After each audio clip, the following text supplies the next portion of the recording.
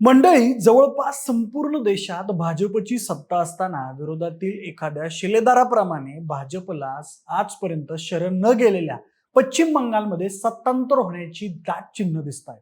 पश्चिम बंगालमध्ये गेली 15 वर्ष ममता बॅनर्जी यांच्या तृणमूल काँग्रेसचं सरकार होतं.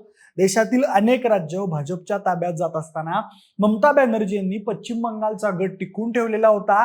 मात्र आज समोर येत असलेल्या पश्चिम बंगाल विधानसभा निवडणुकीच्या निकालावरून आता या ठिकाणी भाजपची सत्ता येण्याचे स्पष्ट संकेत मिळत आहेत. पश्चिम बंगालमध्ये बहुमतासाठी 148 जागांची गरज आहे. मतमोजणीच्या सध्याच्या कलानुसार भाजपने 194 जागांवर आघाडी घेतली आहे, तर सत्ताधारी तृणमूल अवघ्या 90 ठिकाणी आघाडीवर आहे. त्यामुळे आता पश्चिम बंगालमध्ये पहिल्यांदा भाजपची सत्ता येणार आहे अशी जोरदार चर्चा रंगली आहे आणि हे भाजपसाठी ऐतिहासिक यश मानलं जात आहे. म्हणूनच पश्चिम बंगालचा निकाल कोणाच्या बाजूने झुकलाय आणि भाजपने कसा डाव साधलाय याचाच घेतलेला सविस्तर आढावा. नमस्कार, मी प्रथमेश आणि तुम्हाला तर माहिती आहे आपला विशेष भारी. म्हणजे बंगालमधील 293 जागांसाठी मतमोजणी सुरू आहे. फालता या एका जागेवर 21 मे रोजी फेरनिवडणूक होणार आहे.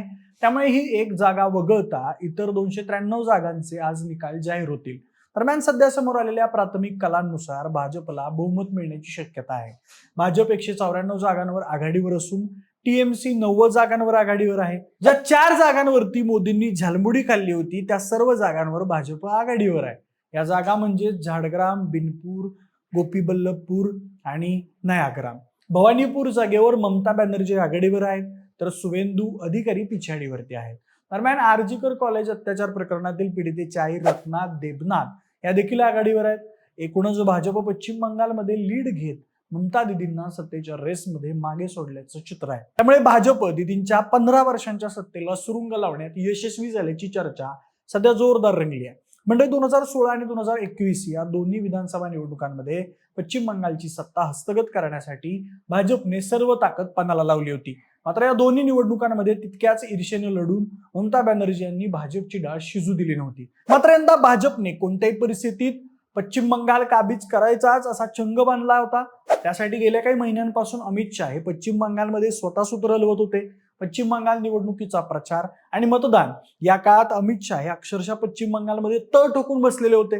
पहिल्या टप्प्यातील मतदानानंतर अमित शाह यांनी पश्चिम बंगालमध्ये भाजपच्या मोठ्या विजयाचं भाकीत केलेलं होतं. पश्चिम बंगालमध्ये 24 एप्रिलला पहिल्या टप्प्याचं मतदान झालं होतं. तेव्हा अमित शाह यांनी भाजप 152 जागांपैकी 110 जागी विजय मिळेल असा अंदाज वर्तवलेला होता.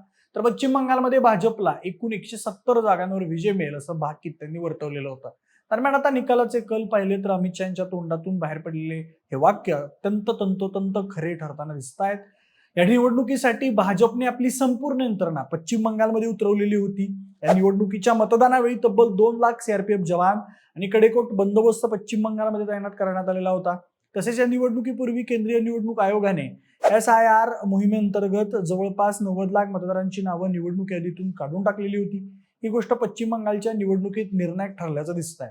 दरम्यान पश्चिम बंगालच्या विधानसभा निवडणुकीनंतर आलेल्या बहुतेक एक्झिट पोलमध्ये देखील निकाल भाजपच्याच बाजूनेच दिला होता. बंगाल निवडणुकीत भाजपला हिंदू मतदारांकडून सर्वात मोठी अपेक्षा होती आणि याच मतपेढीच्या जोरावर भाजपने 2016 मध्ये 3 जागांवरून 2021 मध्ये 77 जागांपर्यंत मजल मारली होती. 2026च्या निवडणुकीतही हिंदूंना आपल्या बाजूने करण्यासाठी भाजपने अनेक मोठी पावलं उचलली. त्यापैकी बहुतेक यशस्वी होताना दिसत आहेत. परिणामी आज पश्चिम बंगालच्या राजकारणात एक वेगळेच चित्र दिसू लागलंय. 15 वर्षे एकहाती सत्ता राखणाऱ्या ममता बॅनर्जी यांच्या विरुद्ध भाजपनं केवळ प्रचार केला नाही तर पूर्णपणे आखलेली बहुस्तरीय रणनीती राबवली आणि हीच गोष्ट त्यांना आज आघाडीवर आणताना दिसतेय. सुरुवात झाली ओळख आणि संस्कृतीच्या राजकारणापासून. बंगालमध्ये मच्छीबात ही केवळ खाद्य संस्कृती नाही तर ओळख आहे. ममतांनी जेव्हा आरोप केला की भाजप सत्तेत आल्यास मासे मांसावर निर्बंध येतील, तेव्हा भाजपने ताबडतोब शाक्त हिंदुत्वाचा कार्ड खेळला. उत्तर भारतातील शाकाहारी प्रतिमेपासून दूर जात त्यांनी स्वतःला बंगालच्या परंपरेशी जोडून घेतलं. मोठे नेते सार्वजनिकरित्या मासे खाताना दिसले. मिरवणुका काढल्या गेल्या म्हणजे थेट संदेश, आम्ही तुमच्यासारखेच आहोत. यानंतर पुढे काबा विरुद्ध काली टीएमसी कडून आलेल्या धार्मिक प्रतिमांवर भाजपने भावनिक आणि सांस्कृतिक उत्तर दिलं. अमित शाह आणि योगी आदित्यनाथ यांनी हे केवळ राजकारण न ठेवता ओळखीची लढाई बनवली. जय श्रीराम ऐवजी जय मा कालीचा नारा देत भाजपनं स्थानिक भावनांशी स्वतःला जोडून घेतलं. पण खरी गेम चेंजर चाल होती ती म्हणजे महिला मतदारांवर फोकस. ममता बॅनर्जींची सर्वात मजबूत मतपेढी असलेल्या महिलांना टार्गेट करत भाजपने थेट दुप्पट आर्थिक मदतीचं आश्वासन दिलं.